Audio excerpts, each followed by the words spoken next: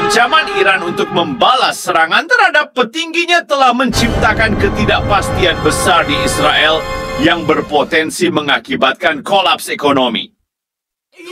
Ancaman tersebut telah memicu panik di kalangan konsumen, yang menyebabkan panic buying terhadap barang-barang primer dan menyulut rush money yang membuat investor menarik saham mereka.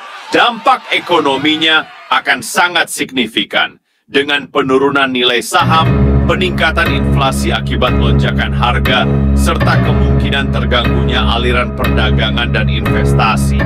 Keseluruhan ekosistem ekonomi Israel berada dalam risiko besar, membutuhkan langkah-langkah stabilisasi dan penanganan krisis yang cepat dan efektif. Rush money dan panic buying adalah dua fenomena yang mungkin terjadi saat Iran merespons serangan yang menimpa petingginya oleh Israel. Di tengah ketegangan geopolitik, investor cenderung bergegas untuk mengalihkan aset mereka ke investasi yang dianggap lebih aman, seperti emas atau obligasi pemerintah, yang dapat memicu lonjakan harga dan kepanikan pasar keuangan global.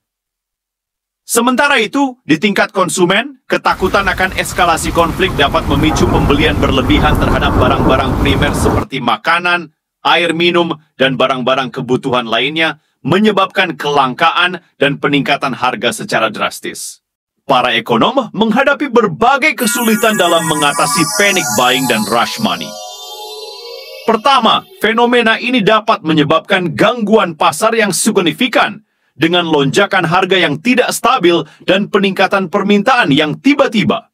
Hal ini dapat menciptakan tekanan inflasi yang meningkat secara drastis dan mengganggu keseimbangan ekonomi makro.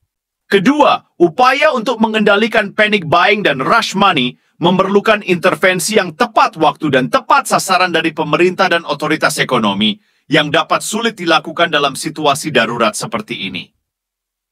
Selain itu, mengelola sentimen pasar dan memulihkan kepercayaan investor dan konsumen membutuhkan langkah-langkah komunikasi dan kebijakan yang kuat. Terakhir, kesulitan dalam merespons dengan cepat dan efektif terhadap fenomena ini dapat memperburuk dampaknya dan memperpanjang periode ketidakpastian ekonomi.